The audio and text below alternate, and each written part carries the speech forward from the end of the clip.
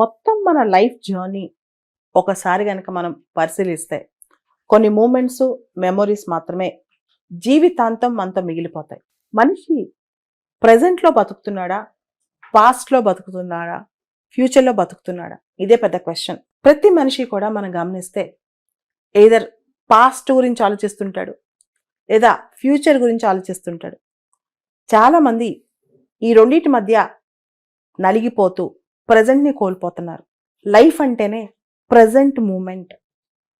Past అనేది అయిపోయింది. Future అనేది ఒక హోప్. కానీ లైఫ్ అనేది ఎక్కడుంది? రియల్ లైఫ్ అనేది ఎక్కడుంది? Present moment. ఈ క్షణం ఇప్పుడు మన చేతిలో ఉన్నదే లైఫ్. దీన్ని 100% దీనిలో మనం బతకాలి. Be here now.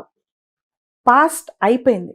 చాలామంది పాస్ట్‌లో జరిగిన బ్యాడ్ ఎక్స్‌పీరియన్సెస్, పాస్ట్‌లో జరిగిన బ్యాడ్ మెమొరీస్ అవన్నీ క్యారీ చేస్తూ మైండ్‌లో చాలా పెద్ద బ్యాగేజ్ పెట్టేస్తారు. చాలా పెద్ద ఎమోషన్స్ మైండ్‌లో క్యారీ చేస్తూ ఉంటారు. మనిషి పాస్ట్‌లో ఉన్న ఎమోషన్స్‌ని పట్టించుకోకూడదు.